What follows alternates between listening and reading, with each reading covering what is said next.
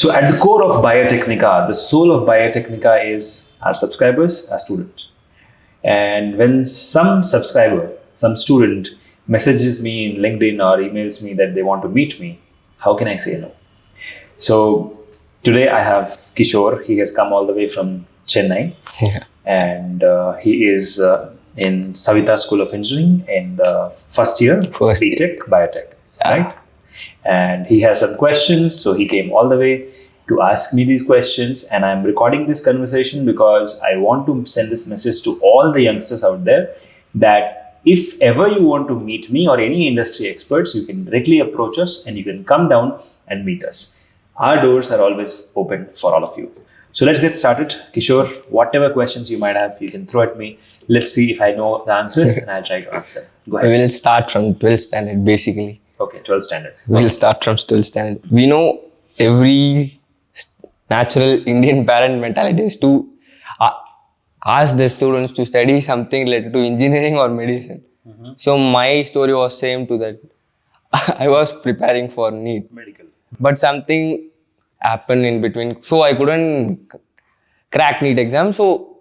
But I chose biotechnology because I wanted to do this. This was not an option. I actually planned for it. If not this, this is not, if not this or this. I know this is not going to happen, we know. We all have a backup plan. Mm-hmm. So I ended up doing biotechnology. But basically biotechnology, I told my parents, I'm going to do biotech. I'll do BSc and I'll do MSc. Again, the same mentality. What they told, no, you do BTech so that you'll get some kind of jobs. Mm-hmm. So it will be easier to run your life. So I don't understand certain things. Mm-hmm. What is biotechnology? The first question my parents asked. Mm-hmm. Mm-hmm. Is there anything like biotechnology? Because I never heard of it. These were some questions which actually felt bad. Felt bad? Yeah, I felt bad. See, you felt bad because you didn't know the answer. It's not the answer doesn't exist. I know the answer. If I'm trying to convey it to them, they are not getting it. Okay. I'll tell you how you should answer this question. So this is a question which every student might have, that a local common man will ask, what is biotech? I don't know. Simply. Right? Simple question you have to ask. Have you ever in your life converted milk to curd? Yeah. Every day. Every day? Every day we do. Milk to curd. Now what is that?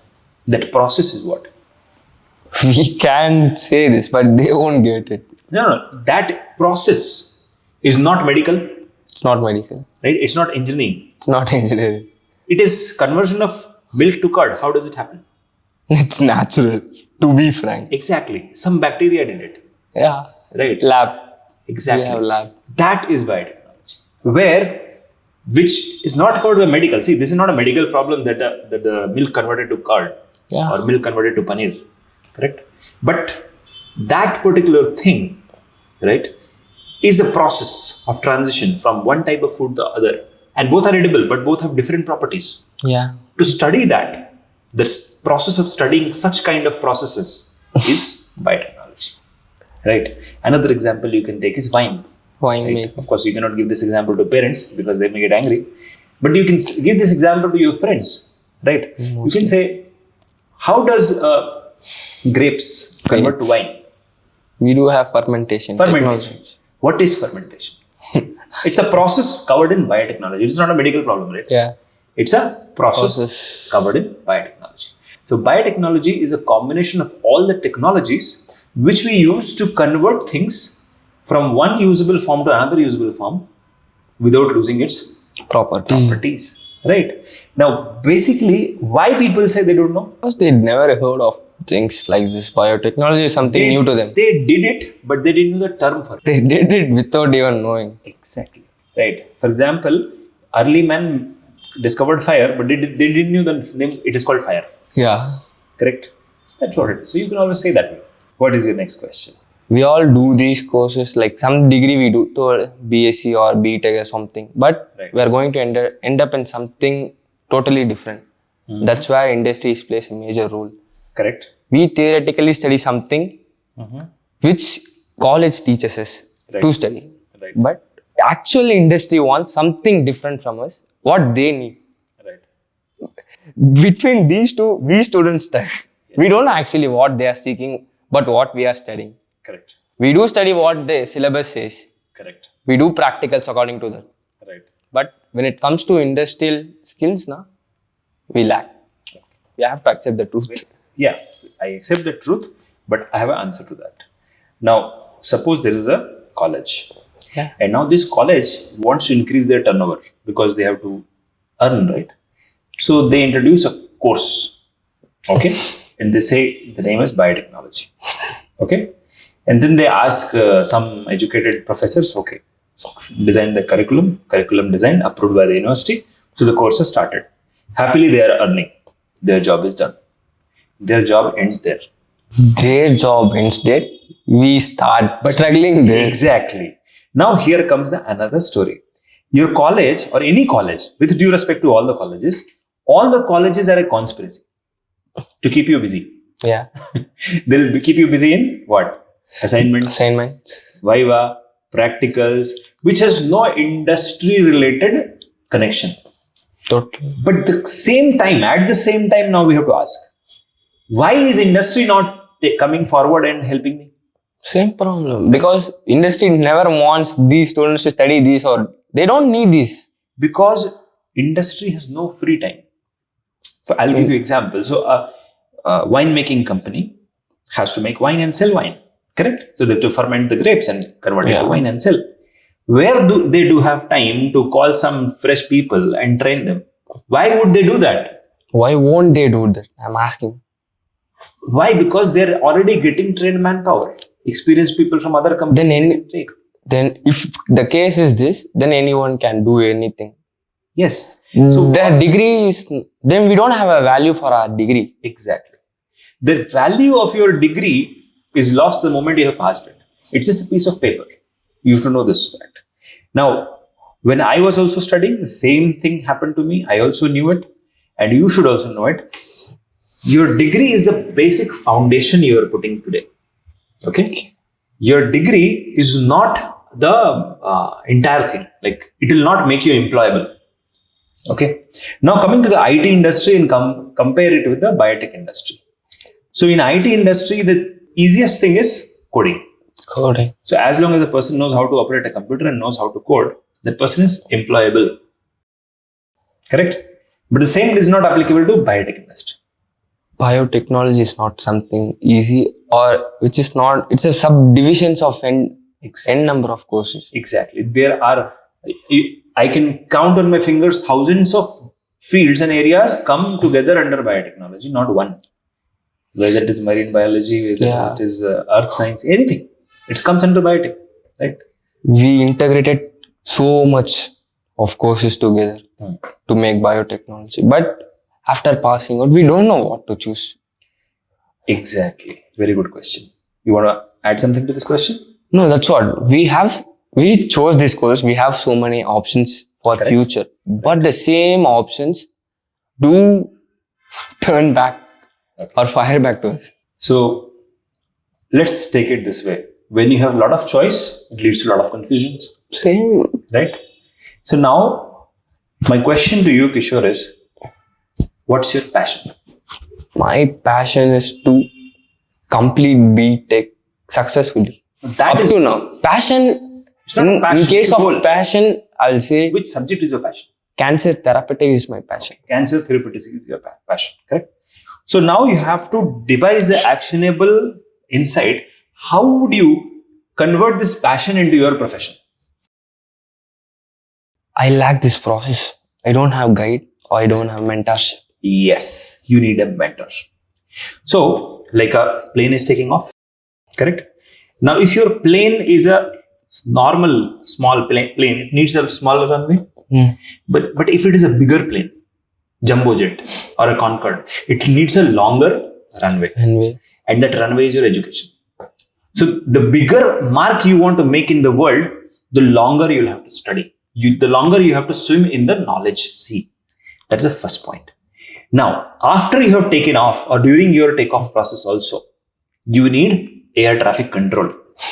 Correct? And that is your mentor. Which can be your college professors also. It can be somebody outside. But my personal advice to all the youngsters is you need to have 3 types of mentors. Okay. Fine. First is your parents. But the problem with our parents is, see, they are not knowledgeable about biotechnology. Correct. But they are programmed to keep us safe. Okay. So that is why they are first mentors. But they cannot advise us about biotech career. They can advise us about how to be safe. Right. The next thing will be your professional mentor. It can be me or anybody who is from the industry, who will spend time with you and who will guide you. This is what you should do. This is the kind of things you can do. Right. And it doesn't need to be somebody who is regularly talking to you also. Maybe it's a one way. You are listening to his or her videos. That also is a kind of a mentor. So professional mentor you need. Then you need a third party mentor who is not from the field. Let it be anyone. Yeah? It can be anyone who is not related to you, not blood relation. We'll keep it as a friend. Yeah, just a friend or somebody from different field, say IT field, some mechanical engineering, some other field. But he's senior, like at least 10 years of experience he has of the real world, real life. Now you take advice from all the 3 and then find out which suits you and pursue your passion. Now, all the time I always say, pursue your passion. Why? We don't feel like doing something we like. Exactly. See, the person behind this camera, right? His name is Venkatesh, right? If his job is only to come for the job and do it, and he's not passionate about it, then he will just come and do his job, right? Some money he may earn, but he'll not enjoy the work. That's what I'm saying. So if you want to enjoy your work, we need a passion. You need passion. And that is where you have to identify, like cancer therapeutics is your passion. Now start reading research papers. We are. Right. Start reading research papers. Look at the latest research which is coming. Which are the companies working in this? What kind of news is coming from these companies? Yeah, I do follow. Follow that. Right. Over a period of 4 years, by the time you'll finish your bachelor's, you will be so much knowledgeable about cancer therapeutics that your professors will also come and ask, can you tell me something about this? Yeah. Right. So then when you jump on to the next level, you're already ready for the next level. Right. It's all fine. But I have a simple doubt. Again, where this degree is useful. At the end of the day, we are completing our degree. The first question our parents are going to give us is when you are going to start work. Correct. We need our passion too. We need to succeed on life. We need to get some job after completing the degree. Right. We need to fulfill our parents' satisfaction. Correct. So, no industry is ready to accept freshers. That's not true, but yeah, most of it. 99% yes. 99%. Yeah. So, how a fresher will survive in the industry? Actually, I made a video on this just, I think, 2 days back, but I will repeat this for you. So, here is something which I want to highlight. Okay. 99% freshers think that they are freshers. Right? 100% people think that I'm a fresher. But how are you a fresher? What is the meaning of a fresher? Who doesn't know anything? Not anything. Who doesn't know the things, how they work, or what they are going to do next. Exactly. I'll give you an example of this. Suppose I'm running a biotech company and I require a cancer biologist, right? So as a BTech graduate, you cannot be a cancer biologist. No. Correct? So I need somebody with a specialization, right? So obviously I'll go for a PhD. That's what I'm saying. See, let's take the case. I'm interested in coming cancer. to what you are saying. Let me complete my answer. So yes, I will hire a PhD in cancer biology.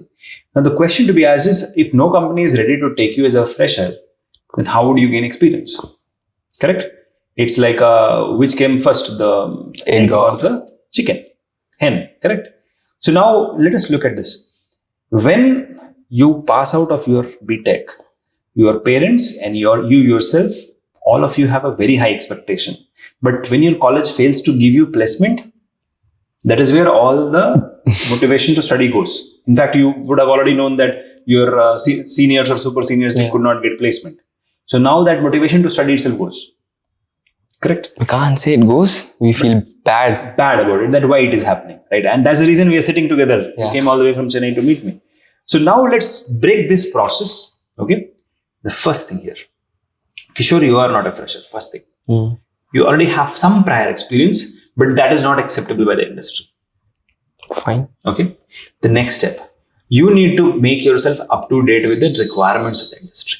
First, How? How? We don't know the industrial requirements because we don't know the industry, what they demand.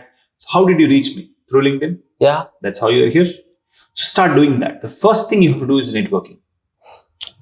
Okay? That's why I'm here. Yes. That's how you could hear. You could be here. So networking is the way. See, 2 days back, I didn't know you. You pinged me, said, I want to come and meet you. I said, please come. Let's meet. And we're meeting. Right? The same way, they may not give you an appointment, but definitely straight away you cannot approach. See, my job is different. Their job is different. Suppose the CEO of Genotypic Technology will not talk to you. Right. But if you are active on LinkedIn, looking at what kind of, and right from beginning of your degree, like first year, second year, start looking at what kind of things they are sharing on internet or LinkedIn. You start following that. Of course, it makes you knowledgeable. Plus, you comment there, sir, I am a big fan of you. So when you do this, we have a formula which we train our students here, and that is the VAST formula. VAST. VAST. So what is VAST?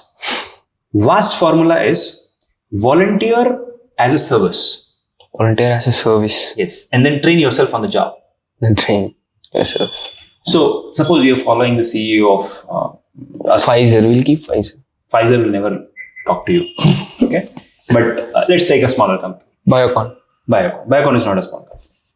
Okay. We'll keep Biotech. Simple. Biotech. Okay. Or say a Genotypic Technology. Any good company, decent company with a sizable, employee strength. Now, let us look at this. If you approach their HR, they will never pay attention to you. Correct? But if you constantly follow their CEOs and HRs and everybody on LinkedIn, you are actively commenting, communicating with them the way you did to me. And then one fine day, the moment you see there is a vacancy, which suits your profile, or even if it doesn't suit, you approach them and say, sir, my name is Kishore. And since I'm very passionate about the work you're doing, and I personally genuinely feel that the mission which your company has chosen is my personal mission as well. So I want to work with you, but I'll not charge you. I'll work for free. Okay? I'll work for free. They'll be like, you right now see your reaction. You're like, why should I work for free? I have paid so much for the degree. This is where majority of people go wrong. You cannot get a return of our investment in one day. Okay? Now, once you have got accepted as a volunteer worker in their organization, you have to train yourself on the job in the best way. Okay? So VAST, volunteer for the service, and then train yourself. Once you have trained yourself and they have seen your work, they themselves will come and offer you a job. Do you know there are biotech companies where there is only 2 people? No. Yes, there are. There are biotech companies, there's only 2 people. Can you name them? I never knew this. I can give you a list. 354 plus biotech companies are like that. Maybe startups. Yes, startups. So they did their research. Okay. Now they are selling their research to the bigger companies in US, UK, Europe. Right. They're making good money, but now they don't need employees. You can volunteer to them. You can volunteer with them, work with them, and once you have worked with them, you have gained experience. Now don't switch the job immediately. For 2 to 3 years, you'll be there. Stick to a company. Stick to one company. At least 2 years minimum. At least 12 months. So that you learn sizable amount of things. And you should have a very good relation with your boss. And then what happens is magic.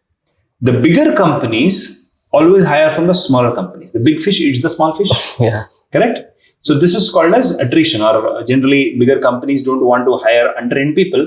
So what they will do is, okay, Pfizer will hire from a smaller company in Bangalore. So they will just go on LinkedIn, look for somebody, offer a job. If you are suitable, you get the job. So that's how freshers penetrate into the industry. This is one way. I have 7 to 10 more ways, but I just told you one way because we have less time. But this is one example. You offer your work as a volunteer, start working there, learn. A small company, like 2 people, 10 people. Right? There's a company in Mysore. They're working on enzyme on mangoes. They're extracting enzyme on mangoes and selling it to Europe. 7 people in the company. So the person who's working there, 6 people are in the management. There's only one person who is exactly extracting. Okay. Right. The rest 6 people are scientists who have done the job. Now they're passed on to this girl, and she is extracting, and then it is being shipped. So the job is company, right? You learn that, and then you can apply in the bigger company. Learn something from your side. Yes. At least sneak into the industry first. First sneak. Quietly sneak in. Once you have sneaked in, show your skills. Show your skills. Prove your mettle. Yeah, that's where we students, I think, lag. We exactly wait to get a job directly, but we never volunteer ourselves working as a free. How does it matter? How does it matter, Kishore, that, see, I'm talking to you. Neither you're going to charge me anything, nor I'm going to charge you anything, nor the audience will charge anybody anything. We're doing it for free. But the knowledge which we just shared will help you 1,000 times in the future. Yeah. And the same thing to them. The same way when you work in a company, a 2-people company, there's a company in IBAB, Shekhar Life Sciences, 2 people. Okay, 2 people, but brilliant company. Okay, there are many such companies. There is a company inside, I think, Atria University. There's a university in Bangalore. Right. It's a company inside that. So he's not having a revenue right now, so he cannot offer salaried job to people. So he messaged me, if you have anybody who can work for free, let me know. He's a CEO. Right, he was a professor. Now he has started his own company, so he cannot afford to give salary, but he wants somebody to work for him. Right. So now what happens? You gain the experience, get that letter, work for 1.5 year, 2 year, use that to leapfrog to the next company. We need a lore, simply. Yes, you need the base. Now your BTech is that base, because without this you cannot get in there also, right? So don't think that your knowledge in the degree is useless, or your college, whatever they're teaching is useless. No, not at all. Till date, whatever I studied, it's helping me. And it will help you forever in your life. I won't say it is useless. It's not. What industry demands, it's not that. Exactly. So to become industry ready, you have to get into the industry. As an intern, as a volunteer. Okay. There is a company which I covered last month in the iBiome meeting, if you had seen in video. iBiome. Yeah. So there they can use silk protein to heal patients. Silk protein to heal patients. So you know how he started? He didn't have money. Correct. So he said, I can give 4,000 rupees per intern. And he got around 7 to 10 interns from one of the colleges. And now Riva College, he got 4,000 rupees he could pay. And those interns started working with him. This company is huge. And all those interns are now regular employees, senior employees. But we don't get to see these opportunities mostly. Because you need to have a magnifying lens, right? So that is where you need to, in fact, we are also going to come up with more such opportunities via iBiome, because that's a network of all the companies, and Biotech is a network of all the students. So now that we have teamed up, we are going to come up with more such initiatives that will help you. I'll say I have some set of friends who are with me. They are passionate about working. But the thing is, we have some entry restriction, like barrier to entry. We'll keep, even for internship, we need to complete our 2nd year, 3rd year, 1st years, because we have a passionate 1st year student who wants to pursue something. He can make it out. He has the knowledge, but there is no one to accept it. They have kept a barrier to complete 2nd year. At the end of 2nd year, the students are applicable. You know, when I was in my 1st year, I worked in McDonald's. Now, how it is related to biotechnology, I'll tell you. McDonald's is a brilliant organization where they teach you process. How to brilliantly do it in less amount of time, still you deliver the exact same taste of the burger. Correct? Now, this is not biotech. This is process. Yeah. Right? So whether it is a biotech company accepting you or not doesn't matter. You join anywhere. See, today you are not living in a world, Kishore, where only a core biotech person can grow.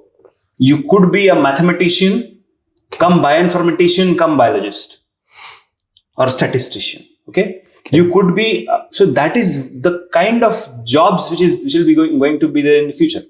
See, rest everything will be done by AI, right? Majority of the things, it's growing like crazy, right? So my point to you here is, Okay, in the second year only they'll accept biotech companies will accept, right? No problem, I'll join something else. Look around. There might be some restaurant. There might be somebody. It's not about earning. Ready to accept. No, it's not earning. It's about learning. What earning? 7,000 rupees they used to pay me. No, 4,000 rupees. Afterwards, they increased to 7. Right. So, how does it matter? Learning is important. What I learned there, I applied in Biotechnica today. What I learned here, I couldn't apply anywhere. That's what I'm trying to say. You'll be able to. See, learning never goes waste. Learning never goes waste. But time goes, right?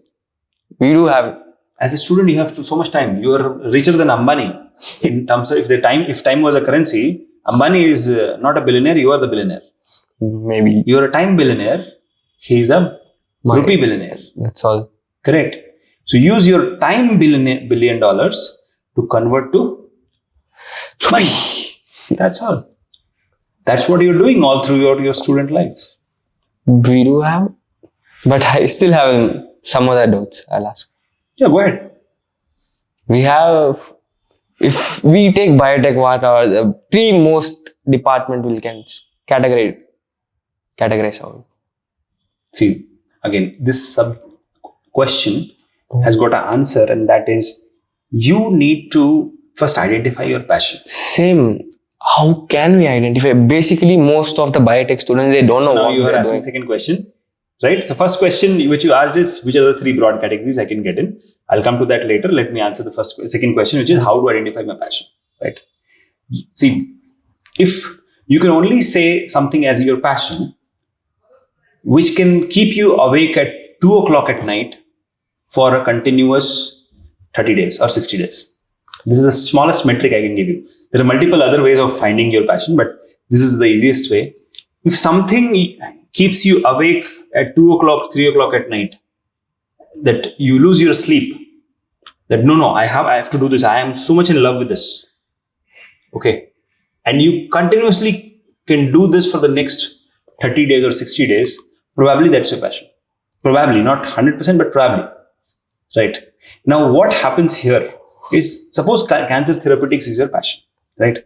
So you are reading a research paper on cancer therapeutics. It consumes you so much that you don't realize when it is 5 o'clock in the morning, right? And you continuously do that for several months. It becomes like you can't sleep without reading a cancer research paper, right? If that kind of a passion is there, see, passion has to ultimately translate into pagalpan. Craziness for your work. You know why Steve Jobs is Steve Jobs? Because he was crazy. He was crazy about whatever he did. Right? That is where passion takes you. Passion takes you to craziness. And nobody can match you when passion has converted itself into craziness. But I will give the same, another example. Right. We do have passion, we do have pressure. How to handle these both? Okay. Before I answer this, let me answer the previous question, which was 3 broad categories. See, if you are a biotech student, you can get into drug discovery because you have a lot of drug therapeutics companies here. You can either start your own company, okay, simple biotech company. It could be into soap making, it could be into fragrance, it can be into many things like shine on the apple, anything. That's second, which is the easiest way, and easiest and more money you can make when you start a company.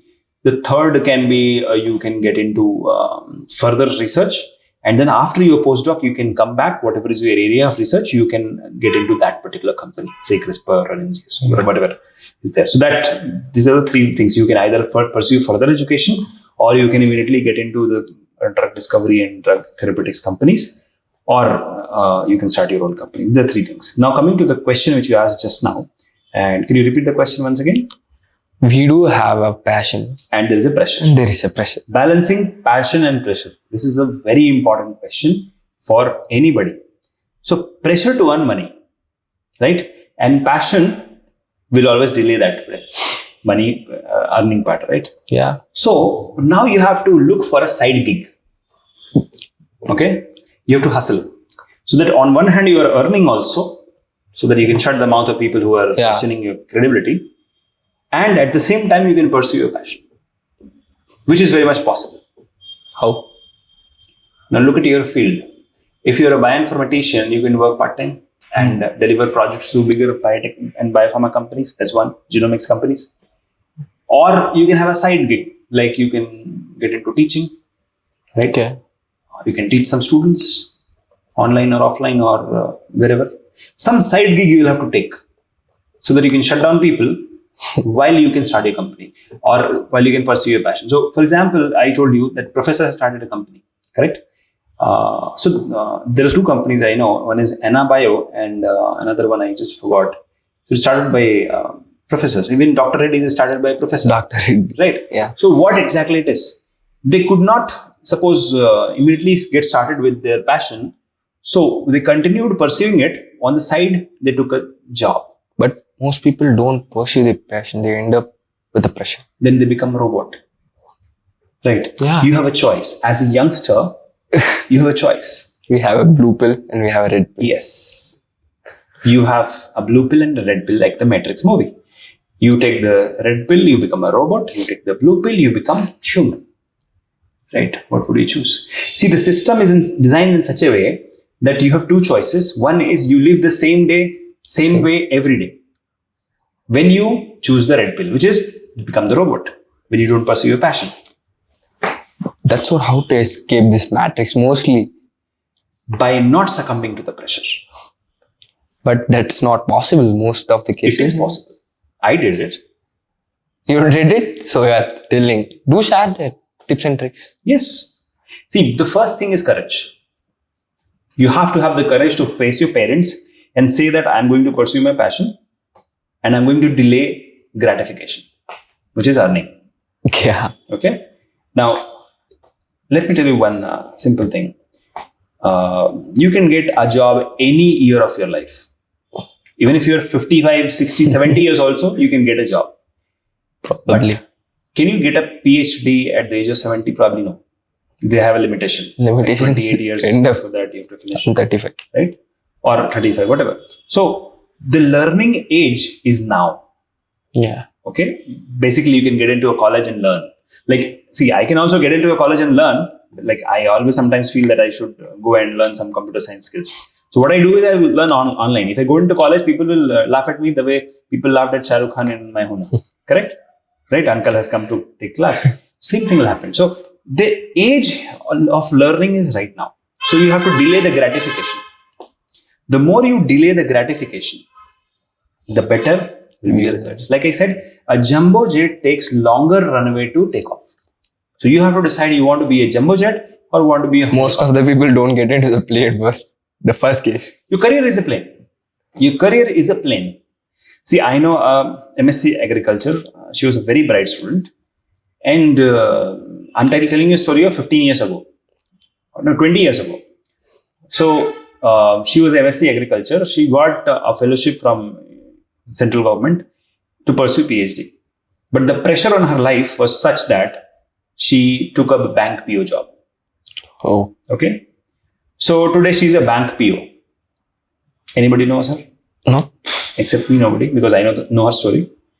But if she had pursued that fellowship, okay, the kind of talent she had, and that time, 20 years ago, she would have been the senior scientist advising the Prime Minister today. Because of the kind of passion she had for the subject. Right? Yeah. But this is where the difference is. You can be a common man or you can be a top-notch scientist. But now the question which you asked is the pressure. I want to answer that question to you. So do you know anything about economy? Like how economy operates? No. A bit. So all biotechnologists should know about economy. How money is created. Money, yeah. Right? So money is like government can print money. Correct? But they also have to respect the market forces. If they print a lot of money, then money will lose its value. So the market forces goes in a up and down cycle. Like sometimes there is no recession, then there is a recession, right?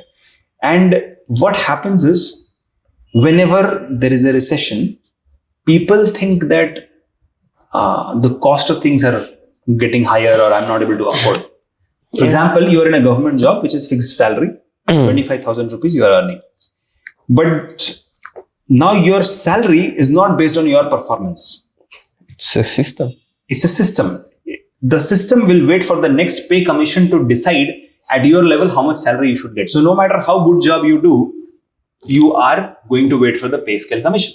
Correct? Exactly. So when you become a part of the system, you've taken the red pill, you're a robot. We are not going to get into the government side. Exactly.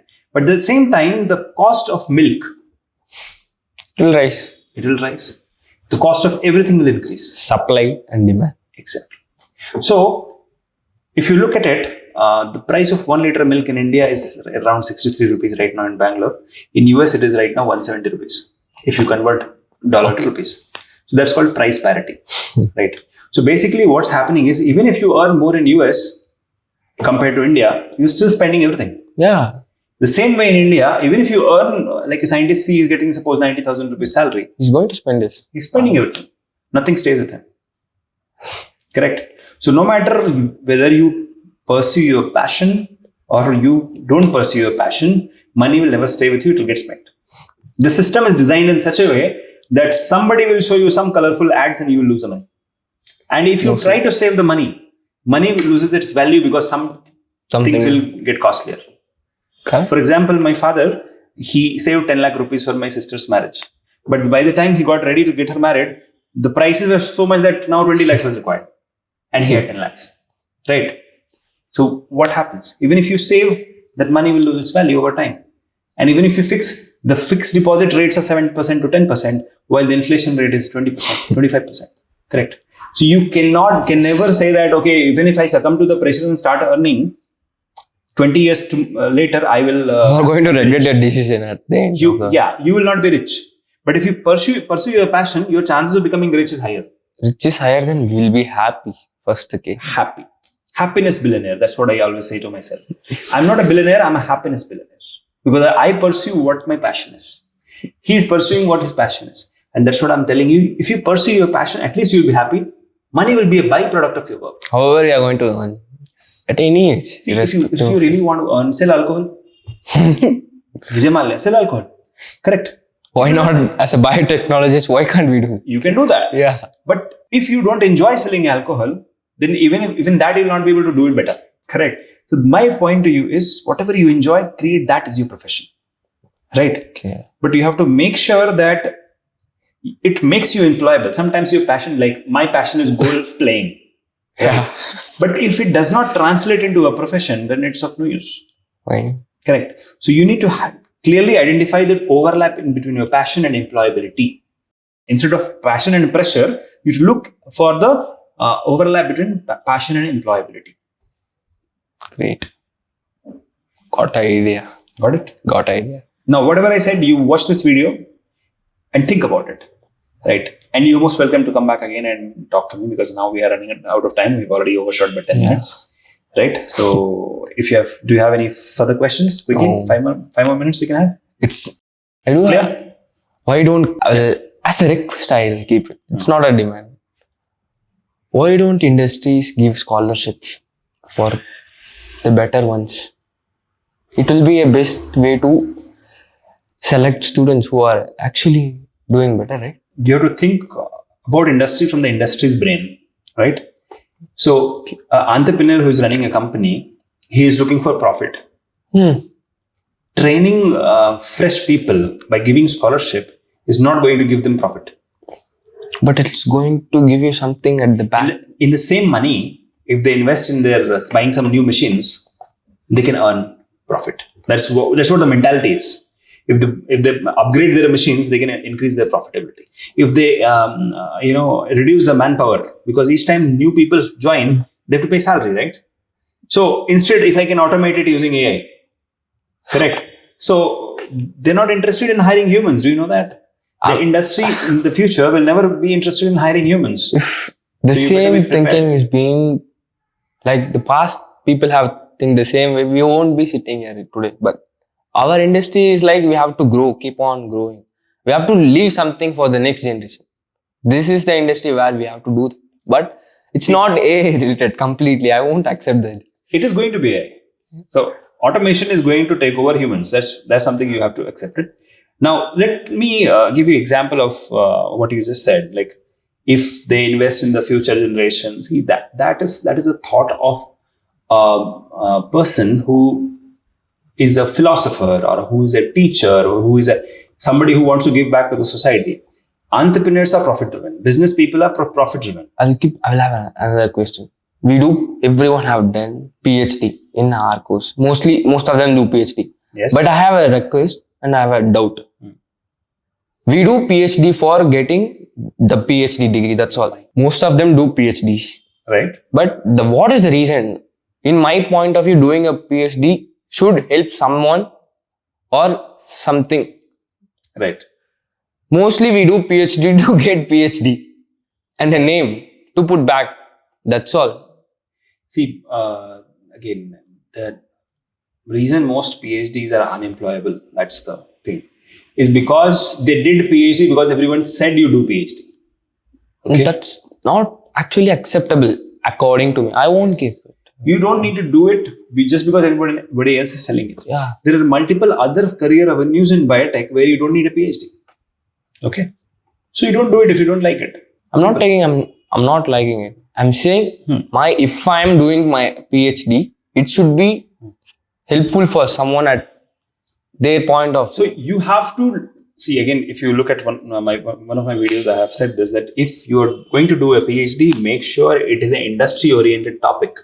If you do a PhD on the impact of chlorophyll on something, now that's not going to be, industrialized in near future. Instead, if you do something on a CRISPR, on a new technology, which can take PCR. Yes, which can be used in the industry, then they will take you. No, then what is the value of PhD? Doing PhD is something just like getting a degree. So what is the use of you are spending 5 years or 6 years of life? If you do your PhD in a topic which you are passionate about, then it makes sense. Yeah. Otherwise, it won't make sense. It doesn't make sense. What is the point of doing then PhD? That's what I'm asking. You should not do it. If you don't want to do it, don't do it. I personally think in our biotech department, most of the PhDs are like this, in my opinion. See, again, it's a system. You take the blue pill or the red pill. Yeah. The play. Right. I think we'll leave this for the next time because we are running out of time. Yeah. So probably next time I'll answer that question for you. So thank you so much for watching this video. I hope you liked the interaction. That was Kishore from which college? Savita School. Savita School of Engineering in his first year BTech, Biotechnology, final semester. So I wish you all the best, Kishore, and thank you, audience. I'll see you soon in the next one. Till then, take care. Bye-bye.